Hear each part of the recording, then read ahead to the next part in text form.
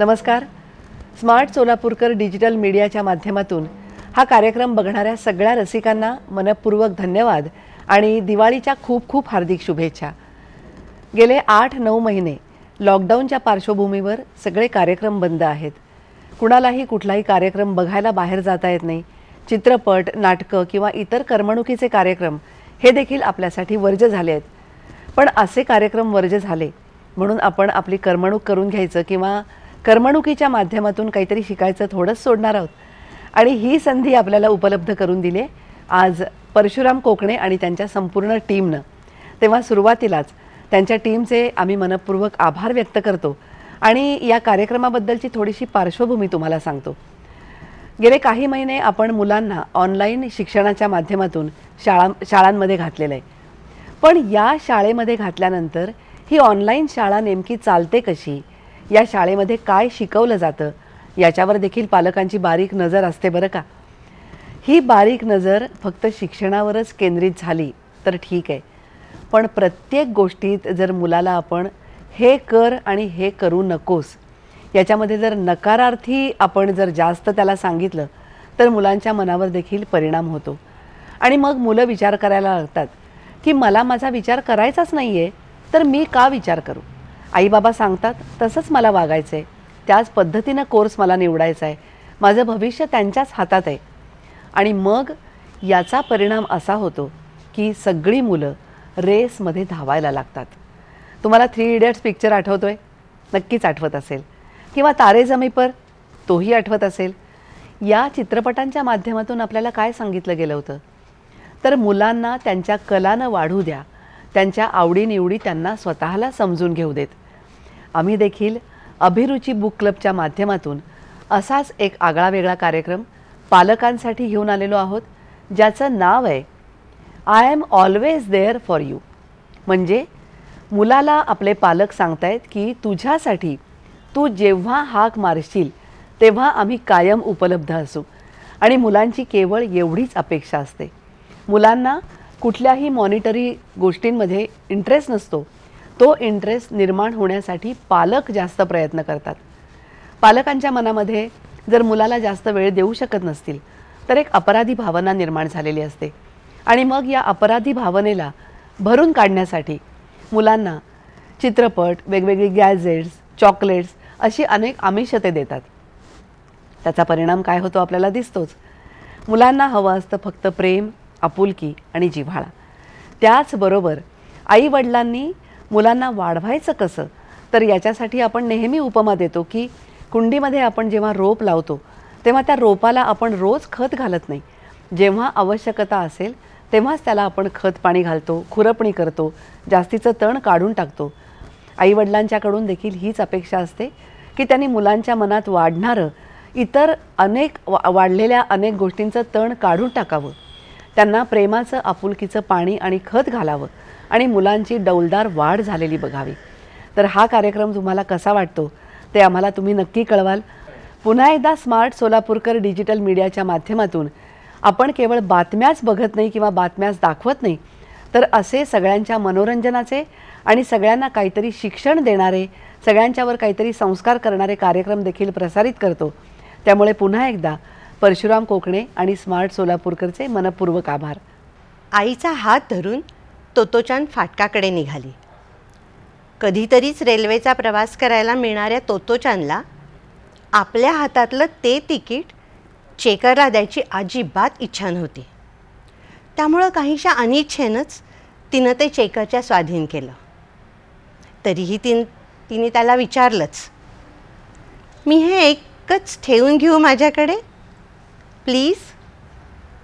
नाही, सॉरी, त्यानं सांगितलं. यामुळे त्याच्याकडे असणाऱ्या तिकिटांच्या गठ्ठ्याकडे पाहत तोतोचानने जाहीर केलं, मी मोठेपणी तिकीटं विकणार. आईला काही हे नवीन नव्हतं. ती म्हणाली, तुला गुप्तहेर व्हायचं होतं ना. तोतोचान विचारात पडली. पण लगेच तिला वाटलं की खरोखरची गुप्तहेर म्हणून काम करताना तिला तिकीट विक्रेती होता येईल. तेवढ्यात तिचं लक्ष रस्त्यावरून जाणाऱ्या बँडवाल्यांकडे गेलं आणि पुन्हा तिचा विचार बदलला. तिला आता बँडवाल्यांप्रमाणे झांज, ढोल किंवा पिपाण्या वाजवायच्या होत्या.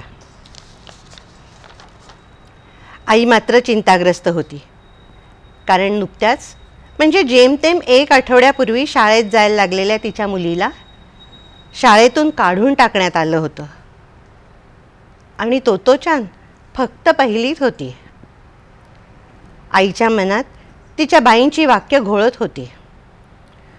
तोतोचानच्या किती तक्रारी त्या सांगत होत्या. तुमची मुलगी अख्ख्या वर्गाचं लक्ष विचलित करते हो, तुम्ही कृपा करून तिला दुसऱ्या शाळेत घाला. माझी सहनशक्ती खरंच संपली आता. सगळ्या वर्गाला त्रास होण्यासारखं तिनं केलं तरी काय. पहिली गोष्ट म्हणजे ती तिचं डेस्क 100 वेळा उघडते आणि बंद करते. मी सांगितलं होतं की कोणीही काही काढायचं असल्याशिवाय डेस्क उघडायचं नाही. तेव्हापासून तुमची तोतोचान सतत काहीतरी डेस्कमधून काढते किंवा ठेवत असते. एकदा वही तर एकदा पेन्सिल, एकदा पुस्तक, नाहीतर आणखी काही. आता समजा आम्ही वर्गात मुळाक्षरं लिहित असलो तर ही डेस्क उघडते, वही काढते आणि धाडकन ते बंद करते. मग ती पुन्हा उघडते, डोकं खुपसून पेन्सिल काढते, पटकन डेस्क बंद करते आणि एक अक्षर लिहिते. पुन्हा ते चुकलं म्हणून किंवा खराब आलं म्हणून डेस्क उघडते, खोडरबर काढते, अक्षर खोडते आणि पुन्हा खोडरबर ते बंद करून ठेवून देते. आणि हे सगळं भयानक वेगानं. एक अक्षर लिहून झालं की सगळ्या वस्तू ती एक एक करून आत ठेवते. दुसरं अक्षर लिहिण्याच्या वेळी पुन्हा सगळं तसंच. पहिल्यांदा वही, मग पेन्सिल, मग खोडरबर. प्रत्येक वेळी ती ते डेस्क उघडणार आणि बंद करणार. माझं डोकं अक्षरशः चक्रावून जातं आणि परत तिला काही बोलता येत नाही, कारण ती प्रत्येक वेळी ते कारणासाठी उघडते आणि बंद करते. तिनं हे मुद्दाम खोडसाळपणाने केलं असेल असं काही आईला वाटेना. त्यातलं नाविन्य ओसरलं की ती हे आपोआप बंद करेल अशी आईची खात्री होती. अहो, फक्त एवढंच असतं तर ठीक होतं.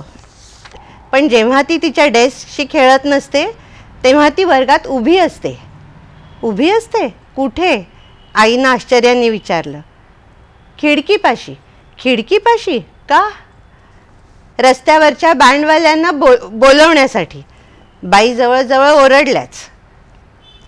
बाईंच्या एकूण सांगण्याचा सारांश असा होता, जवळजवळ तासभर डेस्कची खेळून झाल्यावर तोतोचान सरळ खिडकीशी जाऊन बाहेर बघत राही आणि रस्त्यावरच्या झकपक पोशाख केलेल्या बँडवाल्यांना जोराजोरानं हाक मारत असे.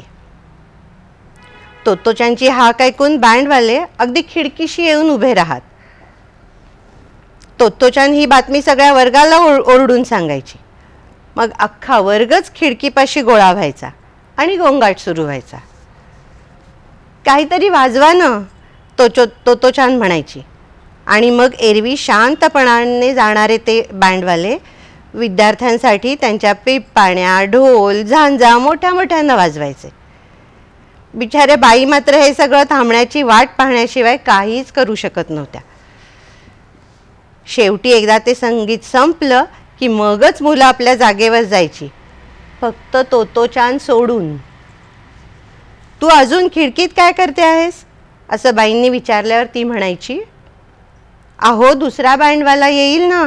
दुसरा बँडवाला आला आणि आपण खिडकीत नसलो तर तो तसाच निघून जाईल. मग आपण कसं ऐकणार त्याचं वाजवणं? हे सगळं किती तापदायक होत असेल तुम्हीच विचार करा, बाई कळवळून म्हणाल्या. आईलाही आता त्यांच्याविषयी सहानुभूती वाटायला लागली. एवढ्यात बाईंनी अजून चढ्या आवाजात पुढे सांगायला सुरुवात केली. याहीपेक्षा जास्त म्हणजे ती अजून काय काय करते? आईचा धीर सुटत चालला होता. अजून काय काय? अहो, ती अजून काय काय करते हे मला जरी मोजता आलं असतं तरी मी तिला शाळेतून काढा म्हटलं नसतं. आईकडे पाहत त्या म्हणाल्या, कालचीच गोष्ट.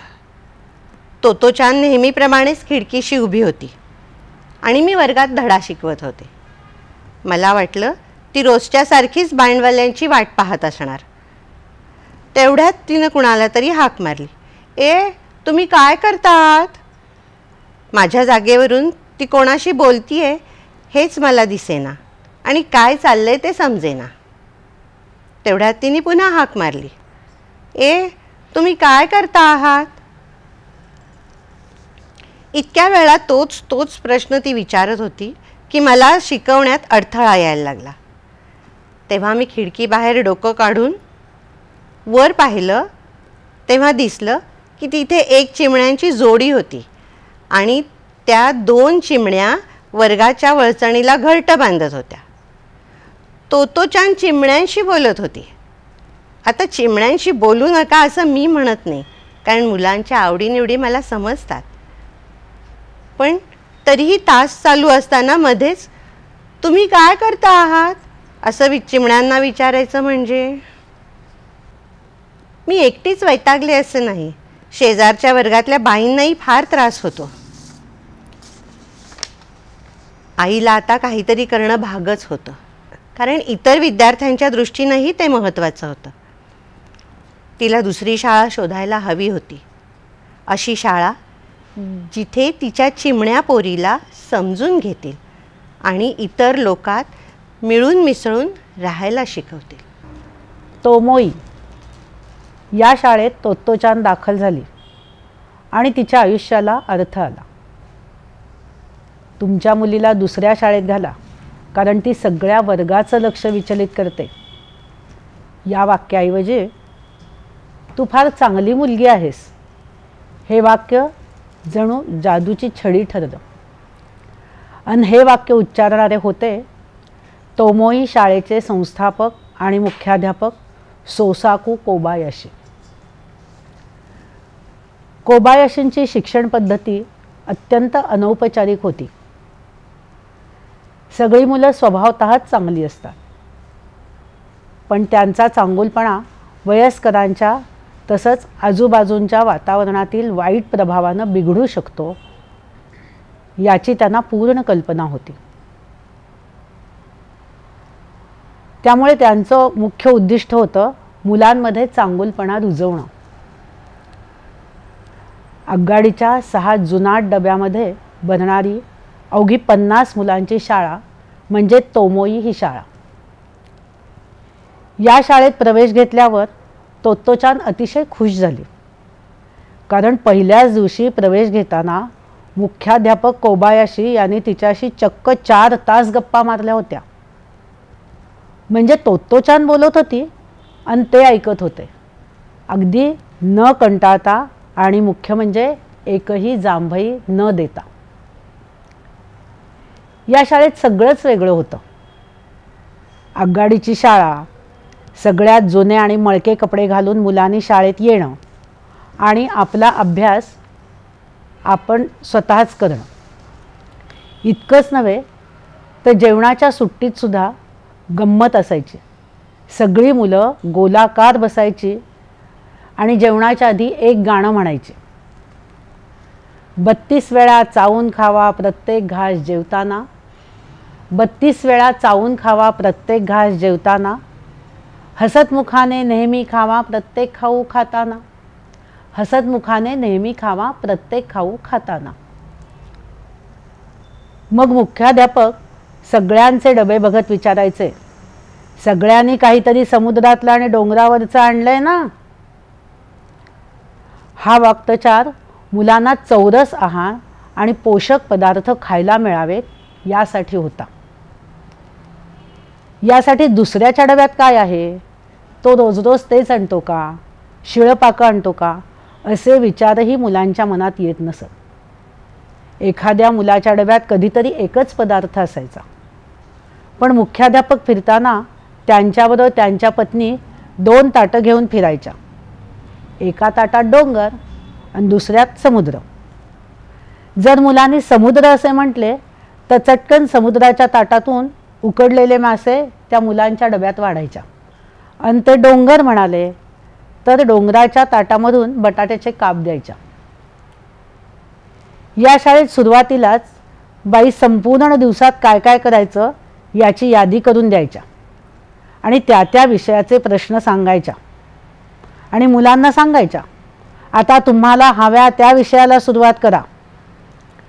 शिकवण्याची ही पद्धत म्हणजे विद्यार्थ्यांना समजून घेण्याची आदर्श पद्धत होती आणि मुलांचा अभ्यास खऱ्या अर्थाने अभ्यास होता. ज्याप्रमाणे कोबायाशींची एक शिक्षण पद्धती होती त्याप्रमाणेच आमच्या डॅडींची म्हणजे फ्रँक गिल्बर्ट यांचीही एक पद्धत होती. डॅडी व्यवसायाने इंजिनियर. कमीत कमी वेळात जास्तीत जास्त कामं कुशलतेने कशी करावी यावर अनेकांना सल्ला देण्याचं ते काम करत. आपल्या व्यावसायिक यशाचा, कुटुंबाचा आणि पत्नीचा त्यांना खूप अभिमान वाटे. डॅडी उंचेपुरे धिप्पाड गृहस्थ होते आणि आई अगदी नाजूकशा बाहुलीसारखी होती. डॅडी जसे बोलत तसेच वागत. त्यामुळे घर आणि ऑफिस यात काही फरकच नव्हता. आमचं घर म्हणजे जणू कारखान्यातील व्यवस्थापन शास्त्राची शाळाच होती.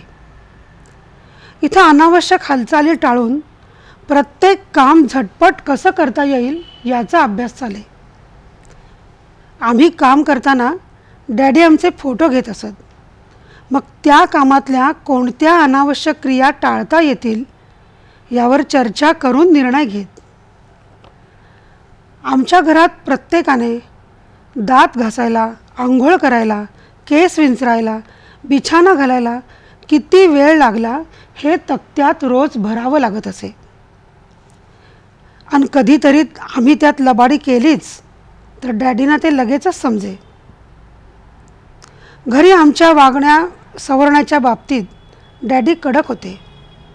तरी बाहेरच्यांनी आमच्यावर टीका केलेली त्यांना मुळीच चालायची नाही. ते आमची बाजू घेऊन त्यांना बोलत, पण घरी आल्यावर मात्र आम्हाला जरूर शिक्षा करत. डॅडी माणूसप्रेमी होते आणि त्यातल्या त्यात त्यांना मुलं फार आवडत. जातील तिथे मुलं त्यांच्याभोवती गोळा व्हायची. ते मुलांना अगदी मानानं वागवत. मुलांनी चौकसपणा केलेलाही त्यांना आवडे. त्यामुळे मुलांच्या ज्ञानात भर पडते असे त्यांचे मत होते. आम्ही 12 भावंड होतो आणि एवढे मोठे कुटुंब चालवायचे, त्यामुळे त्याला शिस्त आणि कायद्याची जोड द्यावीच लागते. डॅडीनेही एक अलिखित दंडक घालून दिला होता. त्यांची एक विशिष्ट प्रकारची शीळ होती. ती त्यांनी वाजवली की आम्ही हातात आहे ते काम सोडून दिवाणखान्यात आलंच पाहिजे, असा तो नियम होता. डॅडींच्या असल्या कल्पनांना खूप अर्थ असे. एकदा बागेतला पालापाचोळा जाळताना त्याच्या ज्वाळा आवाक्या बाहेर पसरल्या आणि आमच्या घराजवळ आल्या.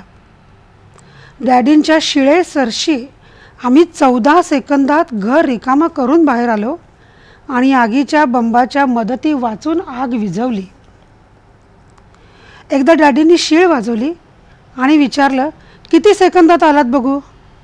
आणि आम्हा मुलांना, त्यात आमचा सगळ्यात छोटा भाऊ जॅक सकट, सगळ्यांना घड्याळं दिली. जॅकचं वय होतं 1.5 महिना. आम्ही कुटुंबात अनेक जण होतो, त्यामुळे आम्हाला राहतं घर पुरत नव्हतं. डॅडींनी नवीन घर घ्यायचा विचार जाहीर केला, मात्र आमच्या कल्पनाविश्वातून आम्ही अनेक मागण्या त्यांच्याकडे केल्या. त्यामुळे डॅडी म्हणाले, हे बघा, एवढा मोठा संसार चालवायचा म्हणजे मोठं कठीण आणि खर्चिक काम आहे. अन्न, वस्त्र, शाळा, डॉक्टरची बिलं आणि तुमच्या हौसा मौजा पुरवताना मी अगदी रंक होतो. त्यामुळे आता जे घर घ्यायचं मी नक्की केलं आहे त्यातच तुम्हाला राहायचं आहे. तेच घर नीटनेटकं केलं आणि रंगवलं की छान दिसेल आणि तेच गोड मानून घ्यायचं आहे, समजलं. मग शेवटी एकदा आम्हाला सगळ्यांना घेऊन डॅडी घर दाखवायच्या मोहिमेवर निघाले. वाटेत रस्त्यानं जाताना जे मोडकं तोडकं घर दिसेल त्याकडे बोट दाखवून डॅडी म्हणायचे, आपण घेणार आहोत ते घर जवळजवळ असंच आहे, फक्त त्याची दारं खिडक्या जास्त मोडकळीला आली आहेत आणि अंगण जरा लहान आहे, एवढंच. गावात शिरल्यावर त्यांनी गावातल्या अगदी बकाल वस्तीतून गाडी घेतली आणि एका ओसाड घरापुढे थांबवली आणि आम्हाला म्हणाले, चला उतरा खाली, आलं आपलं घर. त्या घरात राहायला भूतसुद्धा तयार झाली नसती. त्यामुळे मम्मीनं अगदी आशेनं त्यांना विचारलं, तुम्ही आमची चेष्टा करताय ना? पण डॅडी म्हणाले, चेष्टा कसली, हेच आपलं घर, आवडलं नाही का तुम्हाला? डॅडींच्या या बोलण्यावर मात्र मम्मीनं लगेच आपला पाठिंबा जाहीर करत म्हटलं, तुम्हाला आवडलं असेल तर आम्हालाही आवडलं आहे. पण आम्हाला मात्र ते घर अजिबात आवडलं नव्हतं. त्यामुळे आम्ही लगेच आमचा निषेध व्यक्त करायला सुरुवात केली. अति झाल्यावर डॅडी रागवले. मग मम्मी मध्ये पडली आणि म्हणाली, सगळ्यांनी गप्प बसा बघू, तुमच्यापेक्षा तुमच्या डॅडींना जास्त कळतं. हे घर स्वच्छ करून दुरुस्ती केली आणि रंग दिला की छान दिसेल. डॅडी त्यावेळी खिसे चाचपत होते. मग एक कागद त्यांनी खिशातून काढला आणि म्हणाले, अरे चा, आपण चुकीच्या पत्त्यावर आलो वाटतं, चला रे बसा पटकन गाडीत. मग त्यांनी आम्हाला एका 14 खोल्यांच्या दुमजली बंगल्यापाशी आणलं. बंगल्याच्या बागेत द्राक्षाचे वेल, गुलाबाची झाडं, इतर फळझाडंसुद्धा होती. हा बंगला खूपच सुंदर होता. पण पुन्हा आम्हाला शंका आली, डॅडी परत पत्ता चुकलो म्हणाले डॅडी म्हणाले, मी पहिल्यांदाच तुम्हाला इथे आणलं असतं तर या घरातही तुम्ही दोषच काढले असते. हा बंगलाही कदाचित तुम्हाला आवडला नसता. पण आधी ते घर आपण बघितलं, त्यामुळे आता हे घर तुम्हाला ताजमहालासारखं वाटतंय. कळलं ना? आम्हाला अगदी छान कळलं होतं. भूकंप दिवसा झाला, त्यामुळे बहुसंख्य लोक कामावरती होते. त्यातले एक ममा आणि डॅडी त्यांच्या शेतावर राबत होते. हादरे बसायला जेव्हा सुरुवात झाली तेव्हा दोघंही एकमेकांकडे धावले. घाबरून एकमेकांना मिठी मारत त्या दोघांनी ते जमिनीचं तांडव नृत्य छातीचे ठोके मोजत पाहिलं. मोठमोठी झाडं उन्मळून पडली, घरं भुईसपाट झाली. कंपनं थांबल्यावरती ते दोघंही त्यांच्या छोट्या घराकडे परतले. थोडीफार पडझड होऊन सुद्धा त्यांची झोपडी मात्र आहे तशीच होती. महापुरे झाडे जाती, तेथे लव्हाळे वाचती. डॅडींनी ममाला झोपडीपाशी सोडलं. दोघांच्याही मनात एकच विचार थरकाप उडवत होता. पण मनातलं ओठावर आणायला मात्र दोघंही कचरत होती. हळूवार शब्दात डॅडी ममाला म्हणाले, मी शाळेकडे जाऊन बघून येतो. थांबा ना, मी पण येते. नको, दुसऱ्या रस्त्याने तो परत आला तर? तू घरीच थांब. त्यांचा एकुलता एक लाडका मुलगा शाळेत गेला होता. त्या शेतावरच्या घरात तिघही जण अगदी प्रेमाने राहत होते. शाळेव्यतिरिक्त सगळा वेळ ते तिघही जण एकमेकांच्या सहवासात कटाक्षानं काढत. त्या डॅडी आणि मुलामध्ये बाप लेकाबरोबरच मैत्रीचेही संबंध होते. डॅडी मुलाला नेहमी सांगायचे, बेटा, तुला कधीही कशासाठीही गरज लागली तर मी असेन तिथून तुझ्यापाशी धावत येईन. कुठल्याही संकटात तू सापडलास तर फक्त लक्षात ठेव, मला हाक मारायची. मी तुझ्याकडे पोचण्यासाठी धावत सुटेन, माझ्या सर्व शक्तीनिशी. I am always there for you बेटा. मुलाला दिलेल्या या वचनाची आठवण झाली डॅडींना आणि डॅडी शाळेच्या दिशेनं धावत सुटले. जवळ आले आणि समोरचं दृश्य बघून मटकन खालीच बसले. शाळेच्या इमारतीच्या जागी फक्त दगडमातीचा ढिगारा उरला होता. शाळा पुरती भुईसपाट झाली होती. आत असलेल्या विद्यार्थ्यांचं काय झालं असेल हे सांगायला शब्दांची गरज नव्हती. एकही वर्ग त्या भूकंपातून वाचला नव्हता. आज सकाळीच मुलाला शाळेत सोडून येताना त्याने डॅडींना, संध्याकाळी मला न्यायला या हं डॅडी, म्हणून बजावून सांगितलं होतं. डॅडींचे डोळे दुःखावेगानं वाहू लागले. हळूहळू त्या ढिगाऱ्याच्या आजूबाजूनं मुलांचे जिवंत असलेले आईवडील येऊ लागले आणि रडण्याचा, ओरडण्याचा, आकांताचा एकच कल्लोळ आसमंत चिरत गेला. डॅडी रडता रडता क्षणभर थांबले. त्या भूमिप्रलयाच्या क्षणी त्यांच्या मुलानं त्यांना हाक मारली असेल आणि त्याला वचन दिल्याप्रमाणे आपण ओऊ देऊ शकली नाही. मी फसवलं असं तर त्याला वाटलं नसेल ना. डॅडींची मनस्थिती अक्षरशः वेडावल्यासारखी झाली. शाळेभोवती म्हणजे आता उरलेल्या ढिगाऱ्याभोवती त्यांनी एक प्रदक्षिणा घातली आणि मुलाचा वर्ग साधारण कुठल्या दिशेला असेल याचा अंदाज घेतला. एक वार आकाशाकडे बघून जगन्नियत्याची प्रार्थना केली आणि त्या ढिगाऱ्यावर चढून हाताला येईल तो दगड माती उपसून फेकायला सुरुवात केली. लोकांची गर्दी वाढत होती. कुणाची आई बेशुद्ध पडत होती तर कुणाचे वडील छातीवर हात पिटून आक्रोश करत होते. डॅडींनी त्या भयानक कोलाहलाकडे पाठ फिरवली आणि पुन्हा एकदा ढिगाऱ्यात हात खुपसले. त्या विशिष्ट कोपऱ्यापाशी म्हणजे त्यांच्या मुलाच्या शाळेच्या वर्गापाशी जो काही दगड, वीट, लोखंडाचा तुकडा हाताला जे लागेल ते उपसून ते फक्त फेकत होते. कुणी कुणी त्यांच्याजवळ जाऊन समजूत घालायचा प्रयत्न केला. डॅडी खूप उशीर झालाय हो. कुणी वाचलं असेल अशी शक्यताच नाही. आता देवच कोपला म्हणायचं. कुणीही मदत करू शकणार नाही आपल्याला. डॅडी, अरे आता घरी जा. तुझी बायको दुःखानं वेडीपिशी झाली आहे. तिची समजूत घाल जा. हा त्यांचा शेजारीच होता. हे बघ बाळा, जे घडलंय ते आपण बदलू शकतो का? आता ते स्वीकारायलाच हवं. जा बघू आता तू घरी. तूच आजारी पडशील नाहीतर अशानं. हे सांगणारी त्यांच्या घरापासून थोड्याच अंतरावर राहणारी बेकरी चालवणारी म्हातारी आजी होती. अहो मिस्टर, तुमच्या उपोषणाने बाकीच्यांना उपद्रव होतोय ना. या सगळ्यांच्या बोलण्यावर डॅडींचं एकमेव उत्तर होतं, तुमच्यापाशी वेळ असेल तर हा ढिगारा उपसायला मला मदत करा. आणि हे वाक्य बोलून झालं की डॅडी आपला हात पुढच्या ढिगाऱ्यात खुपसत होते पुढचा दगड उचलायसाठी. फायर ब्रिगेडची माणसं आली. त्यांनी सांगितलं, हे बघ डॅडी, चारी बाजूनी आगी लागल्या आहेत. मध्ये मध्ये स्फोट होत आहेत. तू धोक्यात सापडशील आणि शिवाय कुठल्याही क्षणी भूकंप होऊ शकतो.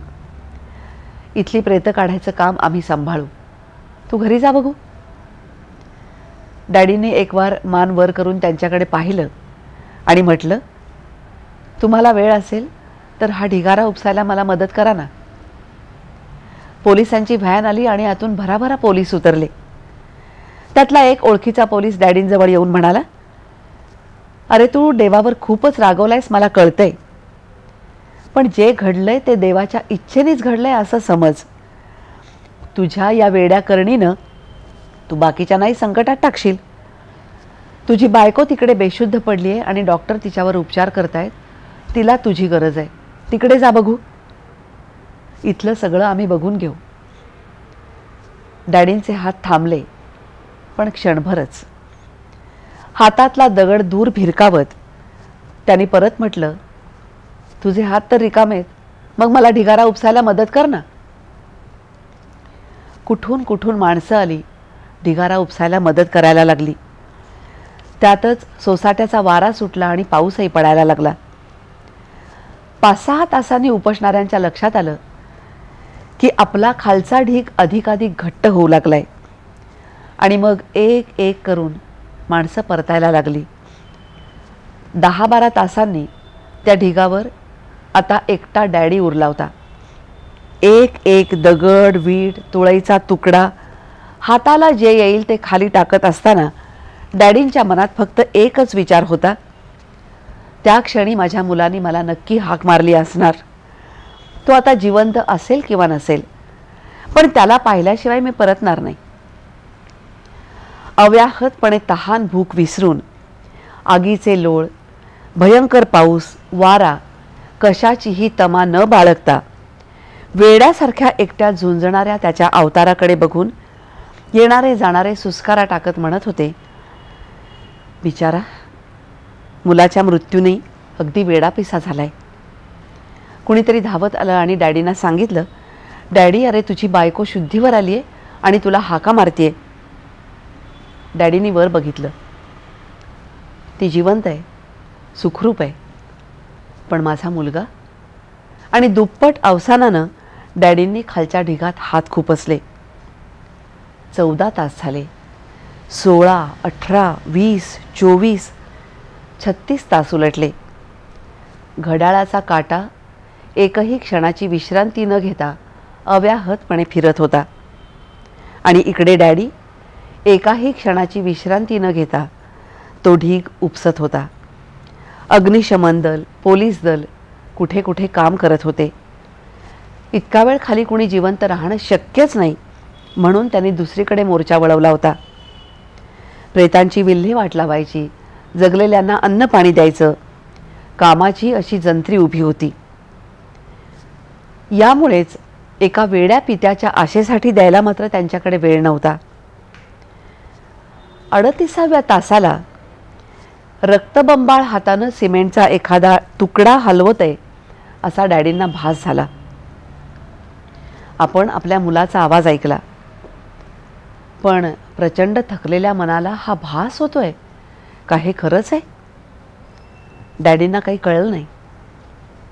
होतं नव्हतं ते अवसान एकत्र करून त्यांनी त्या तुकड्याच्या खाली दिसणाऱ्या काळोख्या भोकापाशी तोंड नेलं आणि मोठ्यानं साद घातली, आर्मंड, आर्मंड.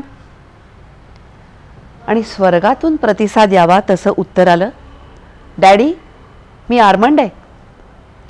केव्हापासून मी या सगळ्यांना सांगतोय, तुम्ही काळजी करू नका. मी जेव्हा हाक मारेन तेव्हा माझे डॅडी नेहमीप्रमाणेच धावून येणार. तुम्ही नक्की याल याची खात्री होती मला डॅडी. डॅडी तुमचं वचन, I will be always there for you, तुम्ही ते पाळणार याची खात्री होती मला. तुम्ही किती जण आहात आणि कसे आहात? डॅडी आम्ही 33 पैकी 14 जण जिवंत आहोत. डॅडी आम्हाला खूप भीती वाटते हो, भूक लागली आहे. पाण्याअभावी 2 जण थोड्या वेळापूर्वीच निश्चित पडलेत. डॅडी डॅडी एक भली मोठी तुळई वाकली आणि त्याच्या खाली आम्ही सुखरूप राहिलो.